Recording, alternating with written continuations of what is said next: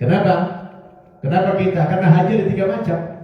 Ada haji tamattu, ada haji ifrad, ada haji qiran. Ya. Itu haji qiran. Nah, biasanya orang yang mengambil haji ifrad itu dan qiran itu orang-orang penduduk Makkah. Orang-orang cerita itu mengambil haji ifrad. Kenapa? Karena haji ifrad itu haji yang sangat sederhana. Tapi agak berat, sederhana tapi berat. Beratnya di mana? Karena kalau orang sudah berihlal ihram untuk haji, dia tidak boleh memakai pakaian-pakaian yang berjahit. Ada 14 larangan, ya. Larangan ihram itu tidak boleh. Nah, kenapa orang-orang Indonesia dan orang-orang dari luar negeri mengambil haji tamattu? Karena yang mungkin dilakukan oleh orang-orang dari luar negeri itu adalah mengambil haji tamattu. Kenapa? Karena dia datang lebih awal. Allah mengatakan tadi bulan haji itu 3 bulan. Jadi kalau kita berangkat bulan Syawal sudah boleh. Sudah boleh. Tetapi kita harus mengambil haji tamattu. Haji tamattu itu apa? Disebutkan dalam Al-Quran surat Al-Baqarah ayat 196. Faman tamatta'a bil umrati ilal haji famastaysara minal haji. Barang siapa yang mengambil haji tamattu, yaitu berumrah dulu dia baru berhaji, berarti dia masuk Makkah bukan langsung haji. Dia masuk ke Makkah tidak langsung berhaji. Dia berumrah dulu baru berhaji. Itu namanya haji tamattu. Jadi jangan salah niat. Dengar Pak Firman kemarin kalau jadi berangkat berarti harus mengambil haji tamattu. Haji tamattu itu masuk Makkah tidak boleh niatnya haji, niatnya umroh dulu. Ya. Makanya Allah katakan faman tamatta'a bil umrati ilal haji famastaysara minal haji. Barang siapa yang mengambil haji tamattu, yaitu berumrah dulu baru dia berhaji, maka dia wajib membayar dam. Tamattu artinya bersenang-senang. Membayar dam. Damnya apa? Damnya itu menyembelih seekor kambing. Ini damnya bukan dam pelanggaran. Damnya dam tamattu. Paket. Jadi paketnya haji tamattu itu adalah ada bayar dam. Nah, karena dia memilih haji tamattu, memilih cara yang bersenang-senang, maka dikasih dam sama Allah Subhanahu wa taala menyembelih seekor kambing. Kalau tidak punya uang, gak mampu menyembelih seekor kambing, nah, ada solusinya kata Allah, "Faman lam yajid fasiyamu thalathati ayyamin fil haji wa sab'atin idza raja'tum." Tilka asyaratun kamilah. Barang siapa yang tidak sanggup membayar dam, tidak punya biaya membeli seekor kambing, maka gantinya kata Allah berpuasa selama 10 hari. Berpuasa selama 10 hari. Yaitu cara pelaksanaannya thalathati ayyamin fil haji. 3 hari berpuasa selama di Mekah. 3 hari selama di Mekah berpuasa. Wa sab'atin idza raja'tum. Lalu disempurnakan 7 hari ketika dia kembali ke tanah air. Tilka asyaratun kamilah. Itulah 10 hari yang sempurna kata Allah sebagai pengganti dan menyembelih seekor kambing. Kira-kira paham tidak Bapak Ibu? Paham ya? Jadi orang yang mengambil haji tamattu apa? Dia berumrah dulu baru berhaji. Jadi kita dari mikot. Mikot itu artinya batas. Mikot artinya batas. Mikot itu ada 2. Ada mikot zamani, ada mikot makani. Mikot zamani artinya batas waktu. Batas waktu ini hanya berlaku bagi haji. Untuk umroh tidak ada batasan waktu. Kapan saja berumroh boleh. Gak ada batasan waktu kalau umroh. Tapi kalau haji ada batasannya. Hanya 3 bulan saja masuk bulan-bulan haji. Nah, di bulan Ramadan nggak boleh karena belum masuk bulan haji. Tapi di bulan Syawal sudah boleh orang pergi haji. Ya, jadi harus diingat betul itu Bapak Ibu. Mikot zamani, batas waktu itu hanya berlaku bagi haji. Bagi umroh tidak berlaku. Kapan saja kita boleh umroh. Baru yang kedua ada namanya mikot makani. Mikot makani, batas tempat.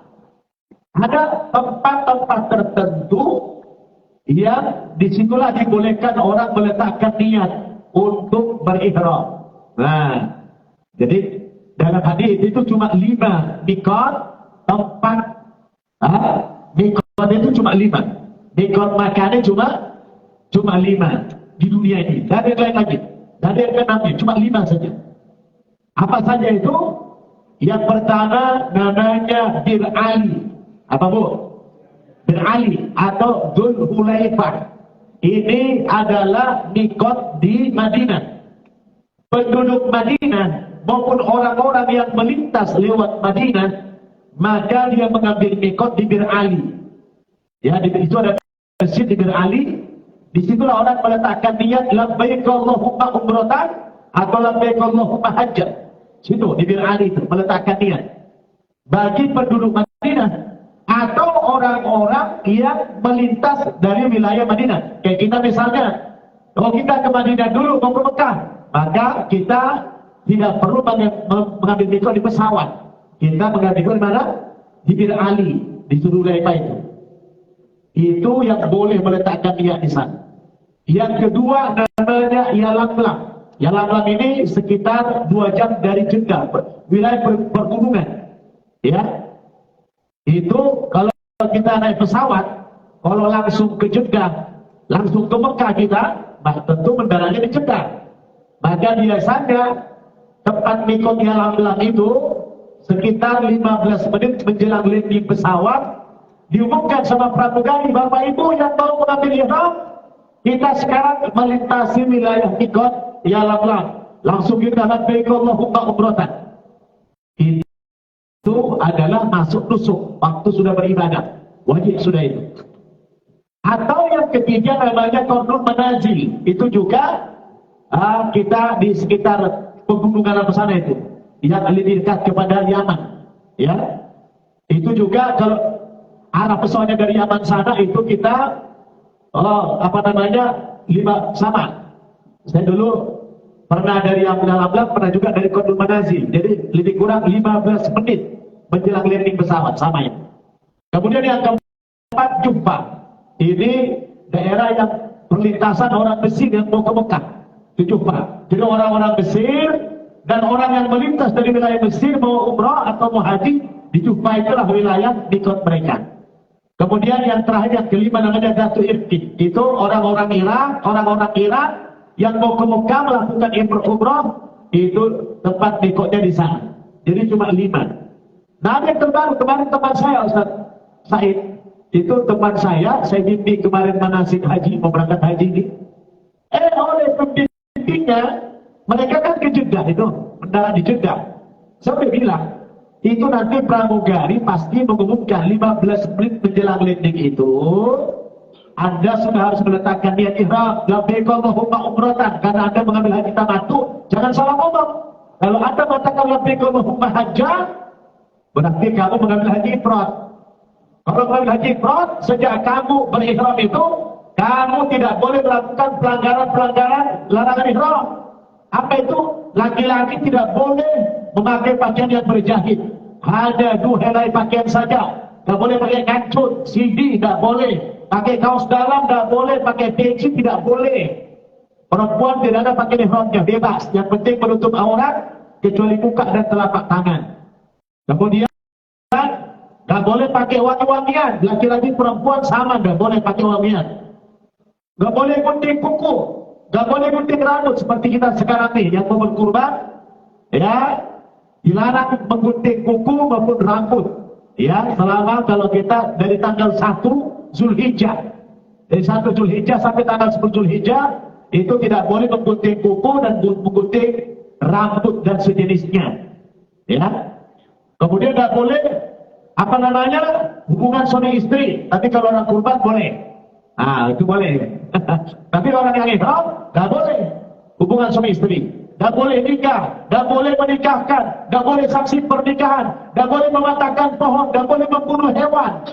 Maka kalau orang di awal-awal masuk Mekah melakukan haji mengambil dari nikah mengatakan labbaik Allahumma hajjan, bahaya. Berarti dia mengambil haji ifrat, bahaya. Memang tidak bayar, tapi dia sanggup. Siapa yang sanggup 2 bulan pakai ihram?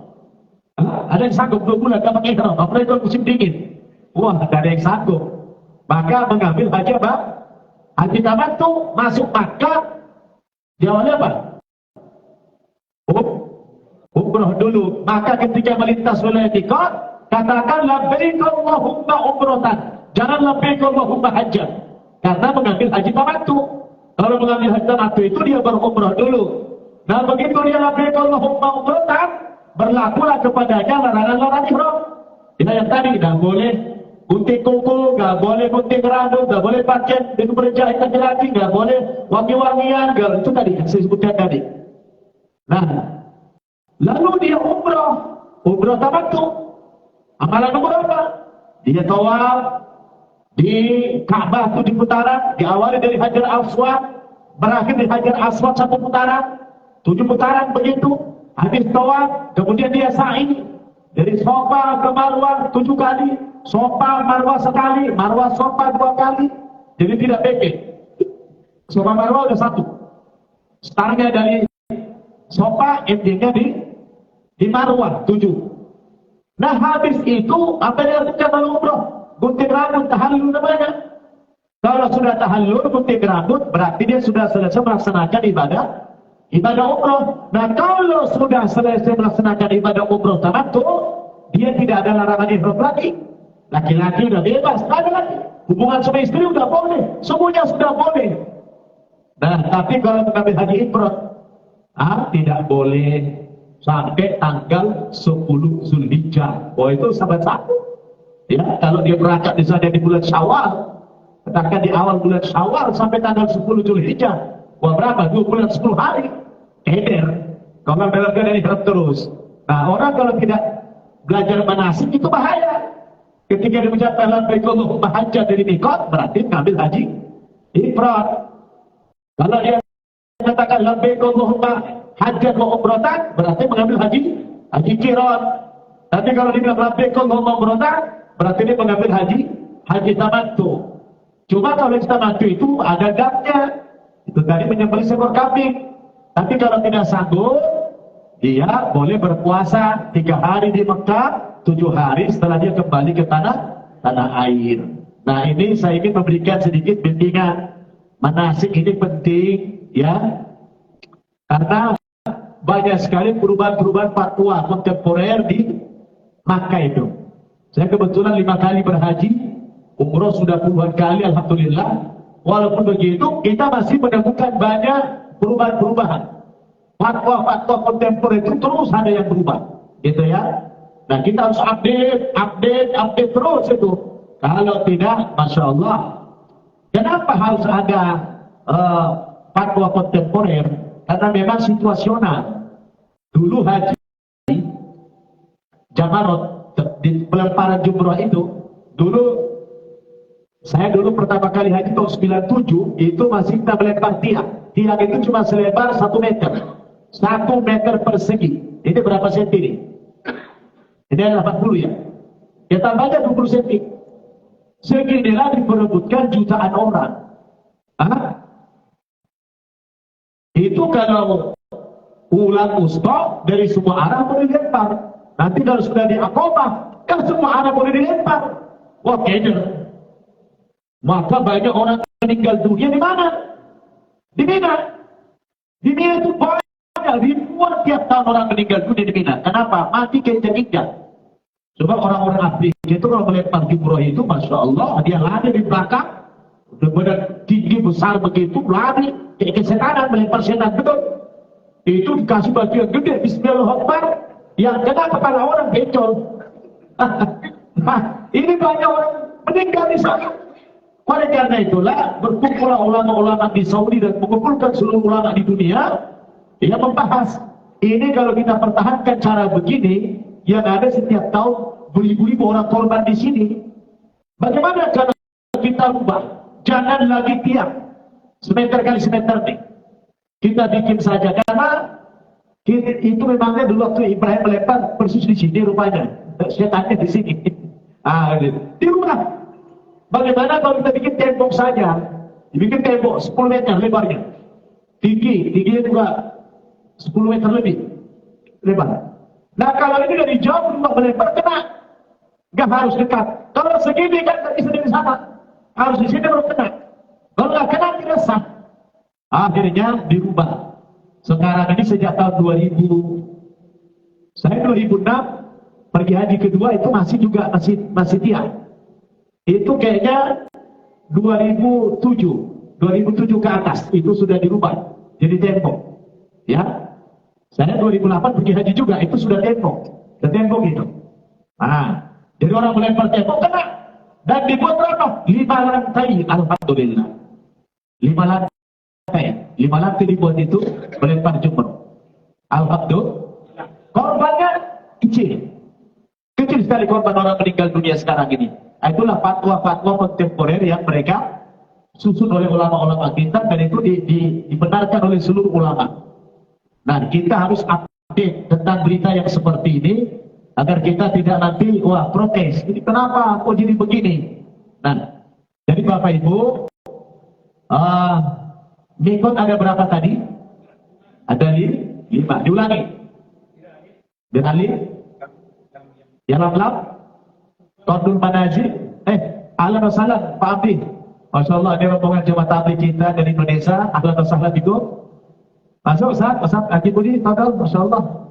Sama Ustaz ini. Ya Allah, kita datang saudara kita luar biasa nih, para mujahid fisabilillah. Masya Allah. Ini Pak Abdi ini Amir Furuj. Alhamdulillah. Bagi yang belum kenal, saya kenalkan, beliau ini menantunya Pak Wiranto. Alhamdulillah. Ahlan wa sahlan bikum. Ini kita lagi bicara dikit-dikit cara agama. Kebetulan momentumnya haji. Kita lagi membahas tentang haji, Ustaz. Nah, jadi ulangi Bu, Bapak Ibu. Haji ada berapa macam? Pak Hairul, jazakallah khair. Alhamdulillah. Haji ada berapa macam? Haji 3. Haji yang pertama? Haji tamattu. Kedua, haji ifrad. Ketiga, haji qiran. Ya, haji tamattu, haji ifrad, haji qiran. Kalau qiran ini yang menggabungkan 2 niat menjadi 1 amalan. Dia niatnya apa? Labbaik Allahumma hajjan wa umratan. 2 niat tapi amalan 1. Kalau haji ifrad, dia hanya haji saja. Labbaik Allahumma hajjan. Tapi kalau tamattu, dia berumrah dan berhaji dalam amalan yang berpisah. Jadi orang mengambil haji tamattu, dia berumrah dulu baru dia berhaji. Konsekuensinya, jadi apa? Dia wajib membayar dam. Ya, kalau tidak punya uang pakai dam apa tadi? Berpuasa. Berapa? Ya, 10 hari. 3 hari selama di tanah suci, 7 hari setelah kembali ke tanah air. Nah, Bapak Ibu Saudara, kenapa harus 3 bulan musim haji itu? Kenapa?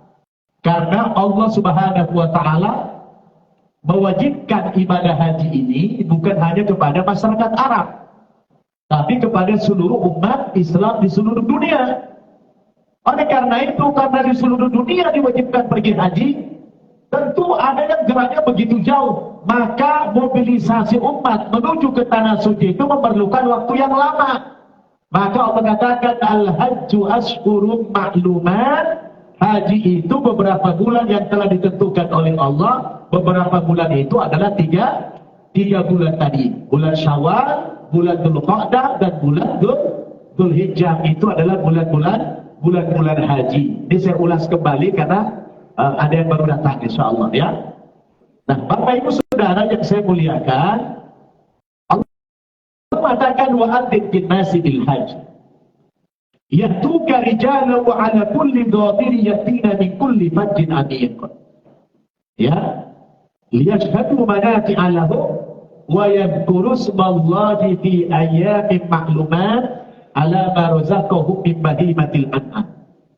Muhammad, Ibrahim, kata Allah, adzin fin nasi bil hajj, undanglah, panggillah, serulah umat manusia untuk berhaji.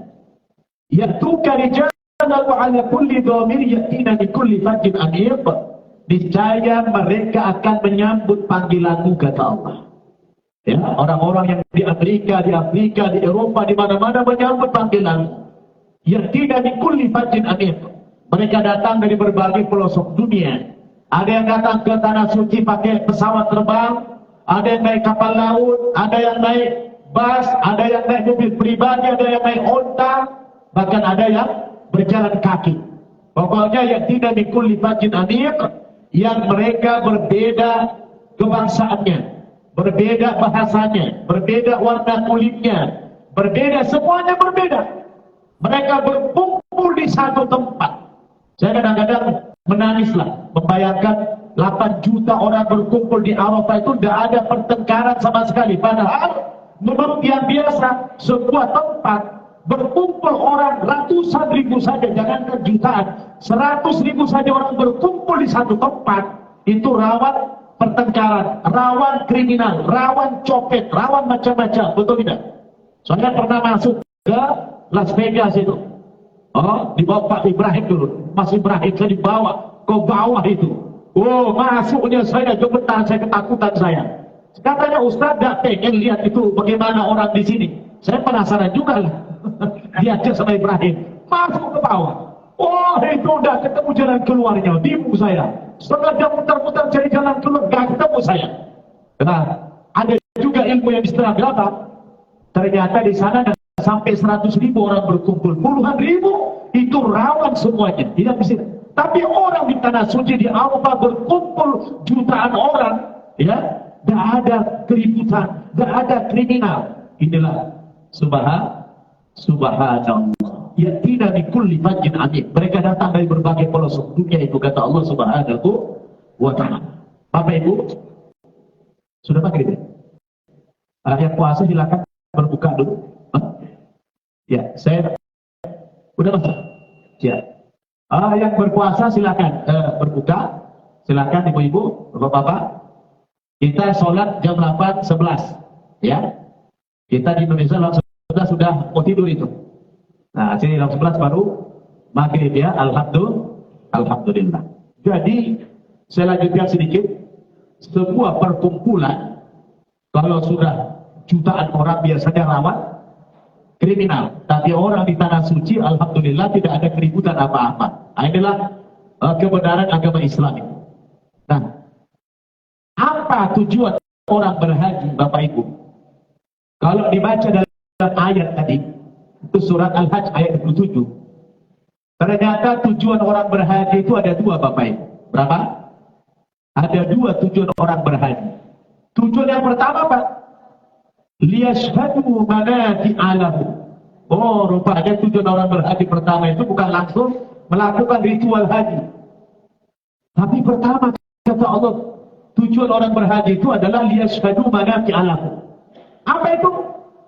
Lihat-lihat. Kalau bahasa orang Dewan itu apa itu? Tapi melakukan studi banding. Pergi haji tapi studi banding dulu. Itu bahasa Quran, bukan bahasa kita. Liyashhadu manafi'a lahum, kalau bahasa tekstualnya, supaya mereka bisa melihat sesuatu yang bisa mendatangkan manfaat kepada dia dalam rangka meningkatkan iman takwanya kepada Allah Subhanahu wa ta'ala. Kenapa orang pergi haji? Kok Allah suruh dia lihat-lihat dulu, banding-bandingin dulu? Wah, ini menarik nih. Apa yang perlu kita bandingkan rupanya? Oh, banyak hal. Supaya orang nanti, karena target utama orang haji apa? Mabrur kan? Target utama orang haji apa? Mabrur, hajinya mabrur. Nah, untuk meraih haji mabrur itu kan tidak mudah, tidak sederhana. Banyak rangkaian amalan yang harus dilakukan untuk mencapai haji mabrur itu. Maka nanti habis maghrib kita lanjutkan itu. Saya sempurnakan dulu kalimat liyashhadu manafi'a lahum, supaya mereka bisa lihat-lihat dulu sebelum haji.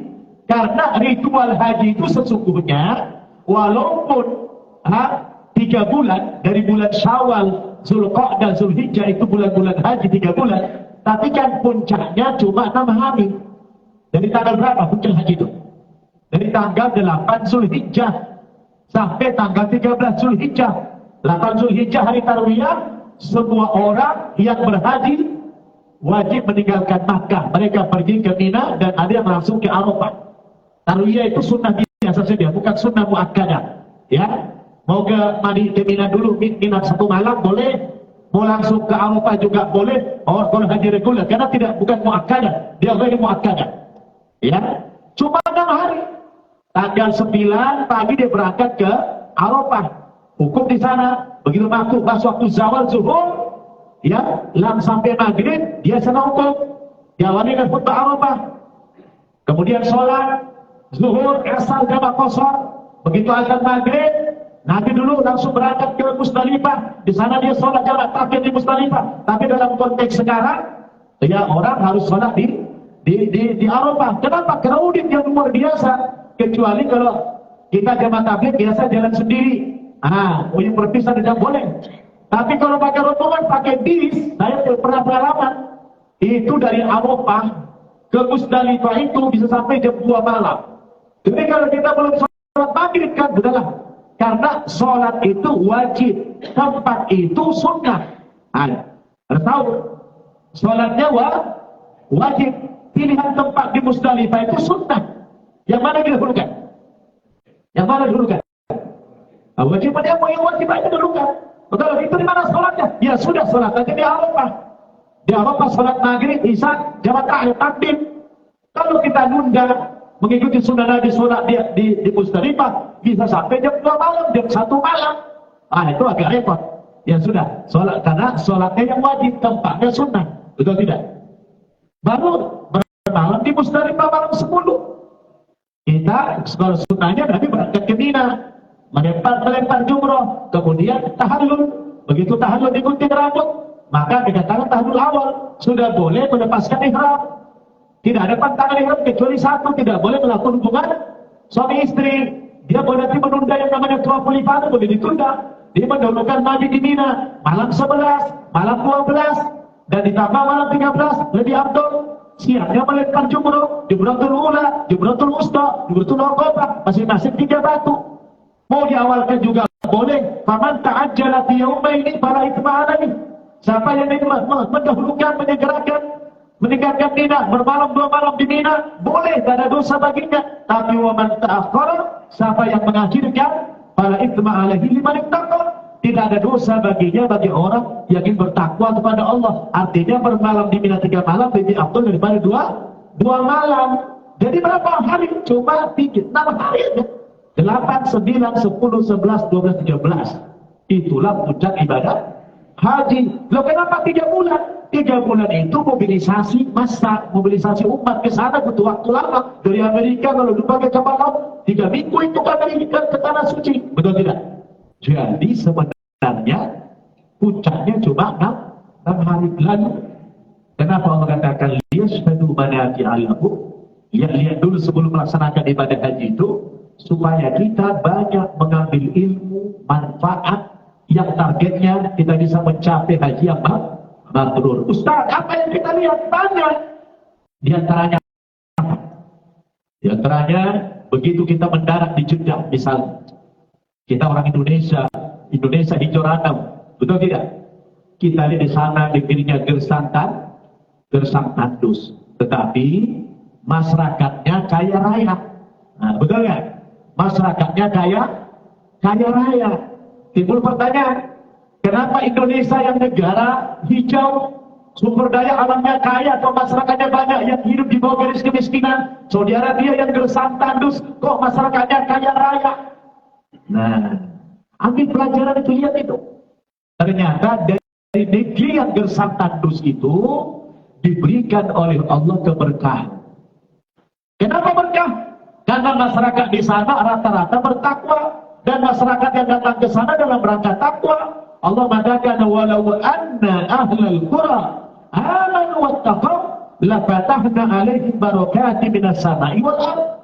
Kalau penduduk suatu negeri rata-rata atau mayoritasnya orang yang beriman dan bertakwa kepada Allah, maka kepada penduduk negeri itu diturunkan keberkahan dari langit dan dikeluarkan keberkahan dari dalam perut bumi. Maka dari bumi yang gersang tandus itu dikeluarkanlah oleh Allah minyak dan gas yang bermiliar-miliar barrel per hari. Allahu Akbar.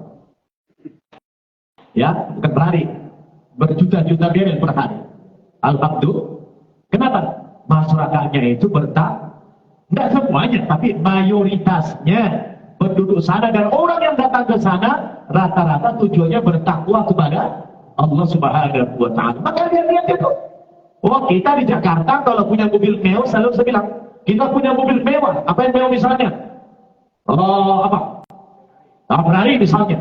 Itu kan, oh kita luar biasa pengawalan Ferrari ini. Ditaruh di garasi, dibungkus parasut tuh. Taruh di garasi, bungkus parasut. Garasinya dikunci, di sana ada sampah yang nungguin. Kita aja sabuni, mobil-mobil mewah kemana pun ditaruh di pinggir jalan, ada garasinya itu. Kenapa? Karena bagi mereka itu bukan barang mahal, bukan barang mewah. Kenapa? Karena tingkat ekonomi mereka yang begitu sejahtera, yang begitu makmur, betul nggak? Itu kita lihat tuh, gini. Jadi maka Allah katakan liyashhadu manafi'a lahum. Sebelum kamu melakukan ritual haji itu, lihat dulu, banding-bandingkan dulu untuk menambah keimanan, ketakwaan kita kepada Allah. Maka orang kalau sudah melakukan itu dipulangnya bisa haji mabrur.